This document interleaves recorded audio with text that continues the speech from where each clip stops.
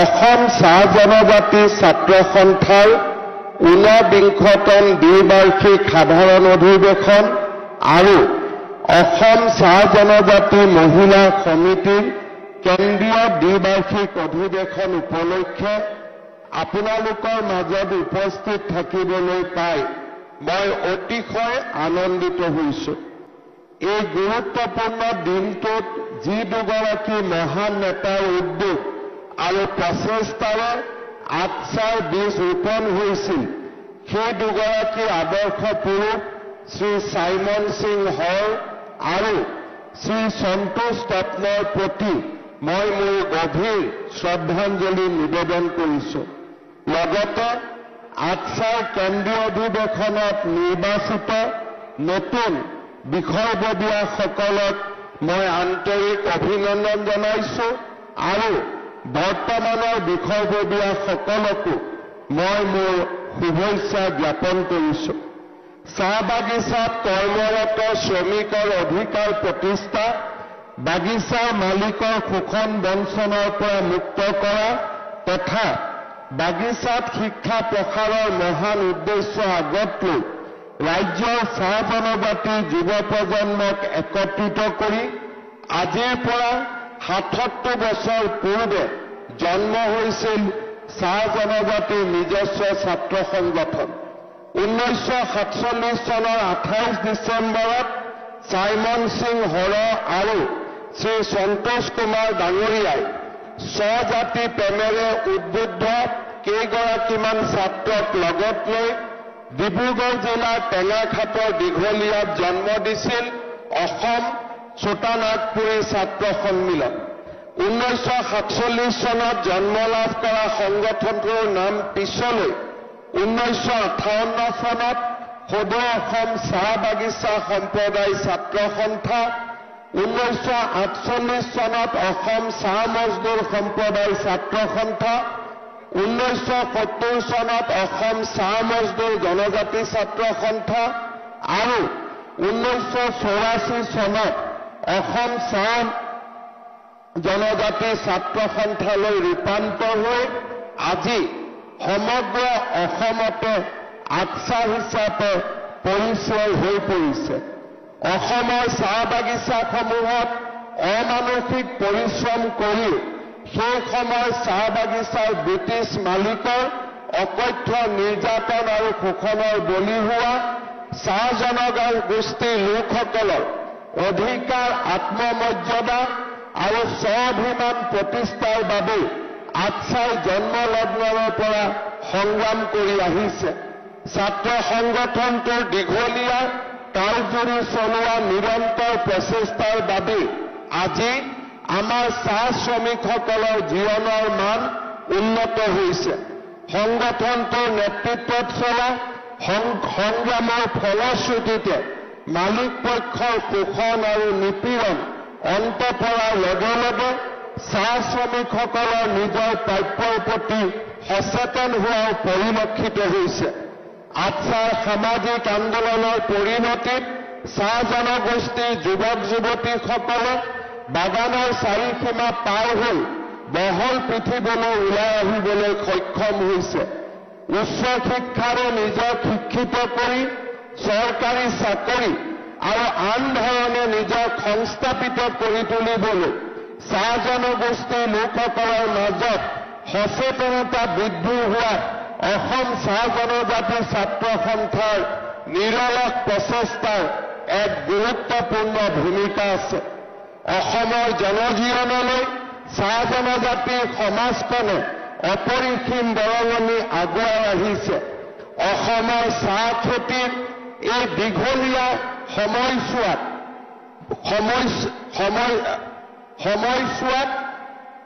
শ্ৰমিকসকলৰ বিভিন্ন সমস্যা আৰু সমান্তৰালভাৱে চাহ জনগোষ্ঠীৰ যুৱক যুৱতীসকলৰ মাজত শিক্ষা, সংস্কৃতি আৰু ক্ৰীড়াৰ পৰিৱেশ সৃষ্টি কৰাত আঠচাই গুৰুত্বপূৰ্ণ ভূমিকা গ্ৰহণ কৰিছে। আজিৰ অধিৱেশনৰ এই সুন্দৰ দিনটোত জন্মলগ্নৰে পৰা চাহ জনজাতি লোকসকলৰ বিকাশ উন্নয়ন আৰু প্ৰগতিৰ ক্ষেত্ৰত লোৱা সুন্দৰ ভূমিকাৰ বাবে মই অসম চাহ জনজাতি ছাত্ৰ সন্থাৰ প্ৰাক্তন সভাপতি সম্পাদক বিষয়ববীয়া আৰু বৰ্তমানৰ নেতৃবৃন্দক মই মোৰ ধন্যবাদ আৰু কৃতজ্ঞতা জ্ঞাপন কৰিছো। শ্ৰদ্ধাৰ ৰাইজ, আমি সকলোৱে জানো অসমৰ অৰ্থনীতিলৈ, অসমৰ সমাজ জীৱনলৈ আৰু অসমৰ সাংস্কৃতিক জীৱনলৈ যোৱা 200টা বছৰ জুৰি চাহ জনজাতি লোকসকলে অভূতপূৰ্ব বৰঙণি আগবঢ়াই আহিছে। আমি সকলোৱে দেখা পাইছো যে আজি আমাৰ চাহ জনজাতি লোকসকলে লাহে লাহে শিক্ষা, সংস্কৃতি আৰু ক্ৰীড়াৰ উন্নয়নৰ জৰিয়তে সমাজৰ বহল বুকুখনলৈ আগবাঢ়ি আহিব পাৰিছে আৰু অসমীয়া বহল সমাজখনক নিজৰ স্থিতি শক্তিশালী কৰি তুলিবলৈ সক্ষম হৈছে।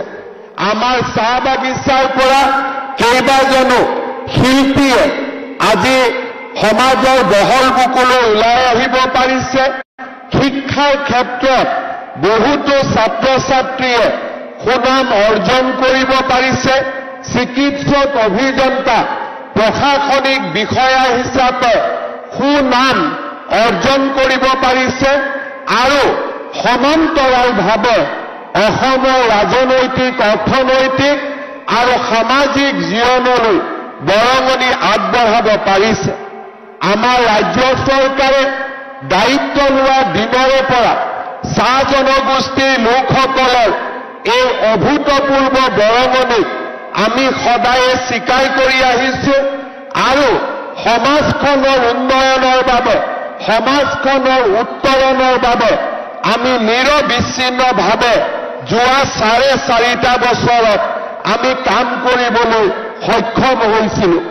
আজি মই গৌৰৱেৰে সৈতে ক'ব পাৰো, যোৱা 4.5 বছৰত অসমৰ চাহ জনগোষ্ঠীৰ লোকসকলৰ বিকাশ আৰু উত্তৰণৰ বাবে আমাৰ চৰকাৰে লোৱা প্ৰচেষ্টাসমূহে আজি চাহ জনগোষ্ঠীৰ লোকসকলৰ জীৱনলৈ এক ইতিবাচক প্ৰভাৱ পেলাব পাৰিছে আৰু তেওঁলোকৰ দীৰ্ঘদিনীয়া যি যাত্ৰা, সামাজিক যাত্ৰা, অৰ্থনৈতিক যাত্ৰা, এই যাত্ৰাত আমি এক বৰঙণি আগবঢ়াবলৈ যি সংকল্প লৈছিলো, সেই সংকল্পক আজি আমি বাস্তৱত ৰূপায়িত কৰিব পাৰিছো।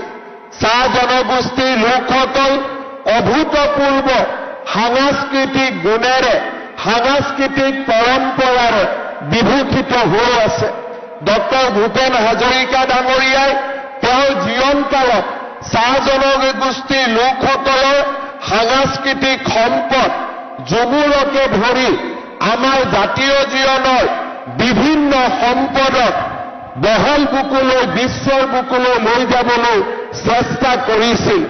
সেই চেষ্টাকে আমি অব্যাহত ৰাখি 2025 চনৰ 24 ফেব্ৰুৱাৰীত গোটেই পৃথিৱীৰ 70জনতকৈও অধিক ৰাষ্ট্ৰদূত আৰু তাৰ লগে লগে প্ৰধানমন্ত্ৰী নৰেন্দ্ৰ মোদী ডাঙৰীয়াৰ উপস্থিতিত 8,000 যুৱক যুৱতীৰে আমি যি ঝুমুৰ নৃত্য পৰিৱেশন কৰিছিলো, সেই অসমৰ সকলোকে বাধ্য কৰিছিলে যে চাহ জনগোষ্ঠীৰ সাংস্কৃতিক সম্পদক স্বীকৃতি দিয়াৰ বাবে আৰু ঝুমুৰৰ অনন্য পৰিৱেশনে অসমৰ প্ৰতিগৰাকী লোককে মন্ত্ৰমুগ্ধ কৰি তুলিবলৈ সক্ষম হৈছিল।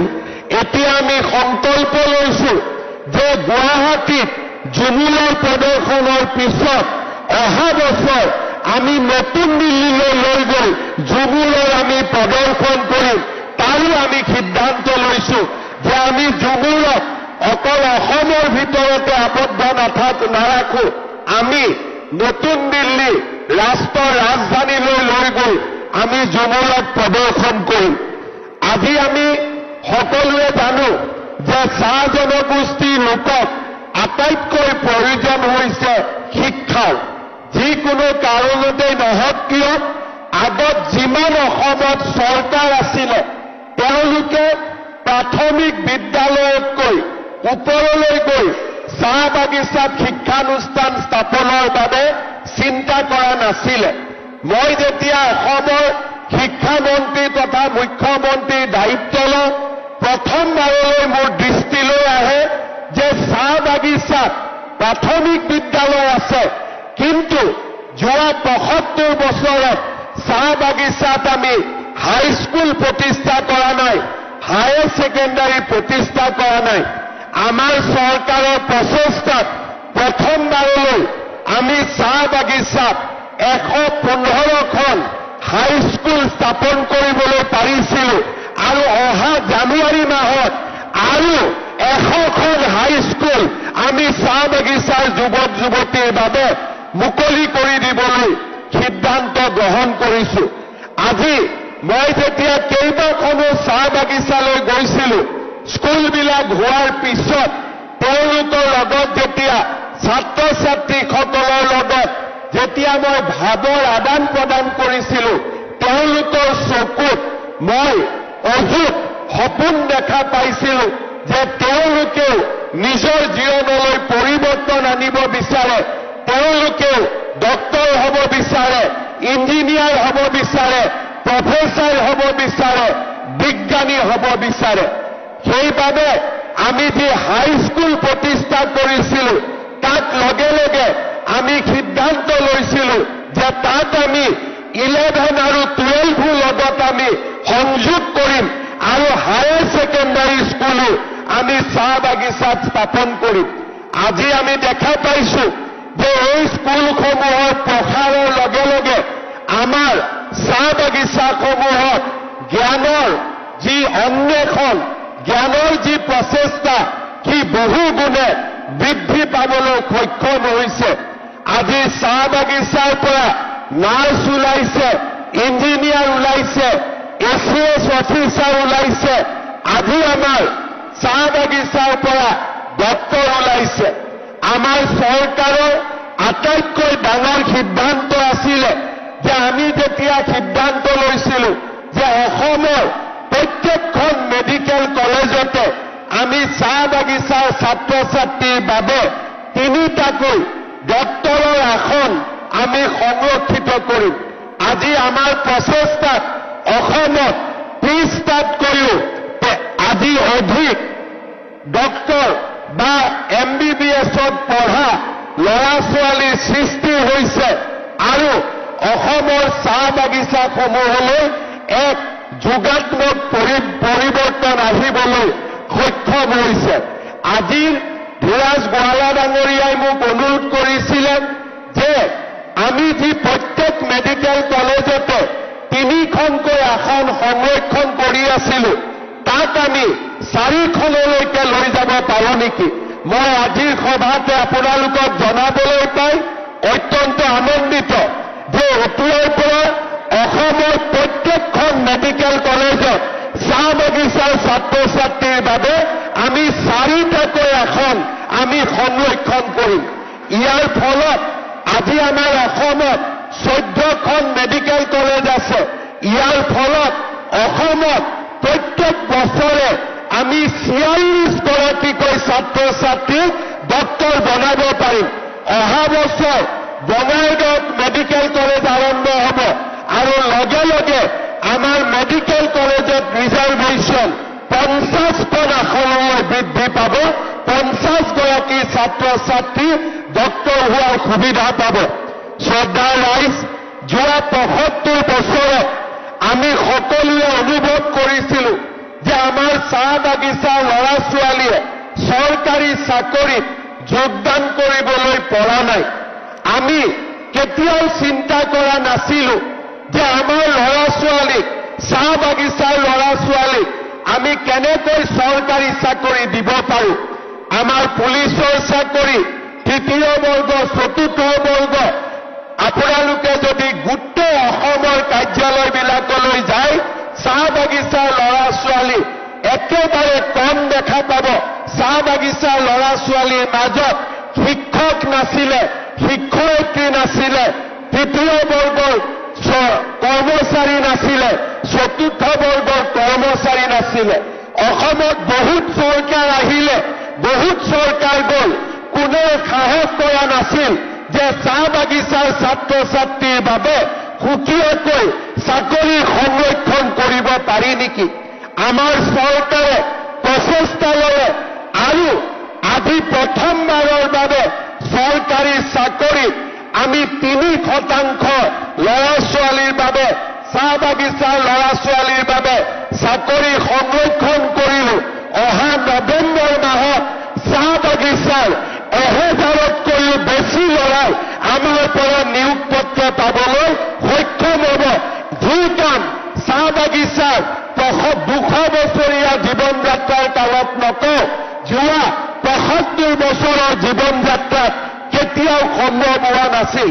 চাহ বাগিচাৰ লাইনৰ ৰাস্তা পকীকৰণ, চাহ বাগিচাৰ দুখীয়া জনগণৰ বাবে প্ৰধানমন্ত্ৰীৰ ঘৰৰ স্বীকৃতি দিয়া আৰু চাহ বাগিচাৰ যুৱক যুৱতীসকলৰ বাবে আমি বিভিন্ন ধৰণে আত্মনিৰ্ভৰশীলতাৰ বাবে আৰ্থিক অনুদান আগবঢ়োৱা, এনে ব্যৱস্থাবিলাক যোৱা 75 বছৰৰ সময়ছোৱাত আমি চিন্তা কৰিব পৰা নাছিলো। এইবাৰ প্ৰথমবাৰৰ বাবে আমাৰ চৰকাৰৰ দিনত চাহ বাগিচাৰ লাইনবিলাক পকী হ'ল।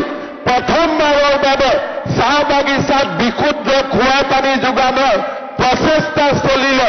প্ৰথমবাৰৰ বাবে আমি চাহ বাগিচাৰ যুৱক যুৱতীৰ বাবে বয়ল ৰাজপানিকা আত্মনিৰ্ভৰশীলতা আঁচনিৰ দৰে বিভিন্ন আঁচনি আমি আজি আৰম্ভ কৰিবলৈ সক্ষম হৈছো।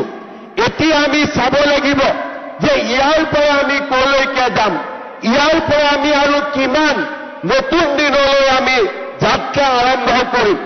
মোৰ মনত এটাই সদায় মই চিন্তা কৰোঁ যে অসমৰ 40 লাখ চাহ বাগিচাৰ আমাৰ যি জনতা আছে, আমাৰ যি জনগণ আছে, তেওঁলোকক যদি আমি সমাজৰ বহল বুকুলৈ আগুৱাই লৈ যাব নোৱাৰো, তেনেহলে সামগ্ৰিকভাৱে অসম কেতিয়াও আগবাঢ়ি যাব নোৱাৰে। আৰু তাৰ কাৰণে মই নিৰন্তৰভাৱে প্ৰচেষ্টা কৰিছো, প্ৰচেষ্টা কৰি থাকিম। আৰু আজি আটছাৰ সমাৱেশত এই প্ৰচেষ্টাৰ অংশ হিচাপে দুটা মই ঘোষণা কৰিব খোজো। এটা, এই বছৰ আমি তৃতীয় আৰু চতুৰ্থ শ্ৰেণীত চাহ বাগিচাৰ যুৱক যুৱতীৰ বাবে 3% চাকৰি ৰিজাৰ্ভ কৰিলো। সকলোৰে উপস্থিতিত সুকীয়াকৈ এখন অনুষ্ঠান পাতি আমি ল'ৰা ছোৱালীখিনিক নিযুক্তি পত্ৰ দিম, যাতে সকলোৱে গম পাব পাৰে যে আমাৰ চাহ বাগিচাৰ ল'ৰা ছোৱালীৰ কাৰণে চৰকাৰী চাকৰিত আজি ৰিজাৰ্ভেশ্যন হৈছে। কিন্তু তাতকৈও আগুৱাই গৈ আজি মই আপোনালোকৰ আগত ঘোষণা কৰিছো যে এই বছৰৰ পৰা আমি চাহ বাগিচাৰ যুৱক যুৱতীৰ কাৰণে ACS APSকে ধৰি ফাৰ্ষ্ট আৰু ছেকেণ্ড কেটেগৰীৰ চাকৰিটো আমি 3% ৰিজাৰ্ভেশ্যন দিয়াৰ আমি কাম কৰিম। এই প্ৰচেষ্টাই চাহ বাগিচাত মেজিষ্ট্ৰেটৰ সৃষ্টি কৰিব, চাহ বাগিচাৰ পৰা DSPৰ সৃষ্টি কৰিব আৰু চাহ বাগিচাৰ বহল সমাজখনে অসমৰ জনজীৱনলৈ আগবাঢ়ি যোৱাৰ সুবিধা পাব। দ্বিতীয়তে, মই বিশ্বাস কৰোঁ যে অসমৰ চাহ বাগিচাৰ শ্ৰমিকসকলে যেতিয়ালৈকে মাটিৰ অধিকাৰ নাপাব, তেতিয়ালৈকে তেওঁলোকৰ জীৱন কেতিয়াও সুৰক্ষিত হ'ব নোৱাৰে। আজিৰ পৰা 3 বছৰ আগতে অসম বিধানসভাত মই স্পষ্টভাৱে ঘোষণা কৰিছিলো যে মই অসমৰ মুখ্যমন্ত্ৰী থকা সময়তে চাহ বাগিচাৰ মালিকৰ পৰা বাগিচাৰ লাইনৰ মাটি কাঢ়ি আনি শ্ৰমিকসকলক দিয়াৰ মই ব্যৱস্থা হাতত ল'ম। আজি মই একে সাহসেৰে আপোনালোকক ক'ব খোজো, 25 নৱেম্বৰ অসম বিধানসভাত আমি আইন উত্থাপন কৰিম, যি আইনৰ দ্বাৰা চাহ বাগিচাৰ মালিকৰ লাইনৰ মাটি আমি কাঢ়ি আনি চাহ বাগিচাৰ শ্ৰমিকক আমি দিয়াৰ বাবে সিদ্ধান্ত গ্ৰহণ কৰিম। আজি মই গৌৰৱ অনুভৱ কৰোঁ যে যিবিলাক কাম কোনেও কেতিয়াও কৰিব পাৰিম বুলি আশা কৰা আমি নাছিলোঁ, আজি চাহ বাগিচাৰ ৰাইজৰ বাবে আমি এনে কিছুমান কাম কৰিব পাৰিছোঁ যি কাম আগতে কোনেও কল্পনা কৰিব পৰা নাছিল। মই কষ্ট পাইছিলোঁ, প্ৰধানমন্ত্ৰী আৱাস যোজনাৰ ঘৰ এটা বনাব লাগে, নৰেন্দ্ৰ মোদীয়ে ঘৰ দিছে, বাগিচাৰ শ্ৰমিকে ঘৰ পাব লাগে, কিন্তু আমি আকৌ বাগানৰ মালিকৰ এনঅ'চি ল'ব লাগে। কেনেকে হ'ব? প্ৰধানমন্ত্ৰীয়ে ঘৰ দিব বিচাৰে, শ্ৰমিকক ঘৰ লাগে, কিন্তু ঘৰ দিবৰ কাৰণে মালিকৰ এনঅ'চি লাগে। সেইদিনাখনো গোলাঘাটত এজন বাগিচাৰ মালিকক মই ফোন কৰিছিলোঁ যে আপুনি এনঅ'চি কিয় নিদিয়ে? বোলে মই মালিকক সুধিব লাগিব। সিদিনাখনো মই বুজিছিলোঁ, সিদ্ধান্ত লৈছিলোঁ যে মোৰ মুখ্যমন্ত্ৰীৰ কামতে তোমাক মই বুজাই দিম যে বাগিচাৰ লাইনৰ মাটিৰ মালিক তোমাৰ বাগিচাৰ মালিক নহয়, চাহ বাগিচাৰ শ্ৰমিকসকল। আৰু সেই সংকল্পকে আগুৱাই লৈ আজি আমি 25 নৱেম্বৰৰ দিনলৈ আহি পাম। আপোনালোকে বাগিচাৰ কোনো কামৰ কাৰণে আন্দোলন কৰাৰ প্ৰয়োজন নাই। যিদিনাখনলৈকে বিজেপি চৰকাৰ আছে, হিমন্ত বিশ্ব শৰ্মা অসমৰ মুখ্যমন্ত্ৰী আছে, মই আপোনালোকৰ লগত আছো। আৰু এটা এটাকৈ কোনেও ভাবিব নোৱাৰা কামবিলাক আমি কৰি কৰি গৈ থাকিম। কাৰণ চাহ বাগিচাৰ জনতাৰ, নিষ্পেষিত জনতাৰ মুক্তি আমি বিচাৰো। আমি বিচাৰো যে যি চাহ বাগিচাৰ জনজাতি লোকসকলে আমাক চাহ খুৱালে, অসমৰ নাম বিশ্বৰ দৰবাৰলৈ লৈ গ'ল, তেওঁলোকক স্বীকৃতি দিয়াৰ দায়িত্ব সমগ্ৰ অসমীয়া জাতিৰ, আৰু অসমীয়া জাতিয়ে সেই দায়িত্ব পালন কৰিব। সেই প্ৰতিশ্ৰুতি মই আজি আপোনালোকক দি থৈ যাব বিচাৰো। শ্ৰদ্ধাৰ ৰাইজ, অসমত বিজেপিৰ চৰকাৰ, আমাৰ চৰকাৰখন আপোনালোকৰ লগত আছে, আপোনালোকৰ লগত থাকিব। মই বিচাৰো অসমৰ চাহ বাগিচাৰ পৰা IAS অফিচাৰৰ সৃষ্টি হওক, অসমৰ চাহ বাগিচাৰ পৰা বিজ্ঞানীৰ সৃষ্টি হওক, ডাঙৰ ডাঙৰ ফুটবল খেলুৱৈৰ সৃষ্টি হওক, ডাঙৰ ডাঙৰ ধনুক দলৰ সৃষ্টি হওক। আৰু ঝুমুৰ দেখাৰ পিছত মই নিশ্চিতভাৱে ক'ব পাৰোঁ যে আমাৰ চাহ বাগিচাৰ বুকুৰ পৰাও এদিন ডক্টৰ ভূপেন হাজৰিকা, জুবিন গাৰ্গৰ দৰে সংগীতজ্ঞ সাংস্কৃতিক শিল্পী আমাৰ চাহ বাগিচাৰ বুকুৰ পৰাই জন্ম হ'ব, তাক মই বিশ্বাস কৰোঁ। অকল মই বিশ্বাস কৰাই নহয়, ঝুমুৰৰ নৃত্য চাই বিশ্বৰ ৰাষ্ট্ৰদূতসকলে মোক কৈ গৈছিল যে এনেকুৱা নৃত্য, যি নৃত্যত মাটিৰ সম্পৰ্ক আছে, যি নৃত্যত অসমৰ সমগ্ৰ জনগণৰ প্ৰতি কৃতজ্ঞতাৰ চিন আছে, যি নৃত্যত কপালৰ ঘাম মাটিত পেলাই নিজৰ মাতৃভূমিক সেৱা কৰাৰ সংকল্প আছে, তেনে নৃত্য জগততে বিৰল। আৰু আমি সেইবাবে ঝুমুৰৰ দৰে নৃত্যক সন্মান কৰিব লাগে, আগুৱাই লৈ যাব লাগে। শ্ৰদ্ধাৰ ৰাইজ, আজি মই ধন্যবাদ জনাইছো আটছাৰ কেন্দ্ৰীয় অধিৱেশন যোৱা 4.5 বছৰত আটছাৰ সভাপতি ধীৰাজ গোৱালা ডাঙৰীয়া, সাধাৰণ সম্পাদক জগদীশ বাৰাই, তেওঁলোকে চৰকাৰখনৰ লগত নিৰন্তৰ সহযোগিতা কৰাৰ বাবে যোৱা 4.5 বছৰত আমি বাগিচাৰ সমাজখনৰ বাবে বহুখিনি আগতে নোহোৱা কাম আমি কৰিব পাৰিছিলোঁ। আমাৰ ACMSে হওক, আমাৰ বাগিচাৰ মন্ত্ৰী বিধায়কসকলে হওক, সকলোৰে সংসদসকলে হওক, সকলোৰে নিৰন্তৰ প্ৰচেষ্টাত আজি আমি এনেকুৱা এটা সময়ত আহি থিয় হৈছো যে ইয়াৰ পৰা চাহ বাগিচাৰ ৰাইজে পুৰণা শোষণ, পুৰণা নিষ্পেষণত পাহৰি এখন নতুন সমাজ সৃষ্টিৰ বাবে আগবাঢ়িব পাৰে। এতিয়া আমি এখন সমাজৰ সপোন দেখিব পাৰোঁ, যিখন সমাজ আমাৰ বাবে ভৱিষ্যতৰ এখন শক্তিশালী সমাজ। আমি পাত উঠাম, কিন্তু পাতৰ লগতে তাত উঠোৱাৰ লগতে আমাৰ ল'ৰা ছোৱালীয়ে ডাক্তৰ হ'ব, ইঞ্জিনিয়াৰ হ'ব, বিজ্ঞানীও হ'ব।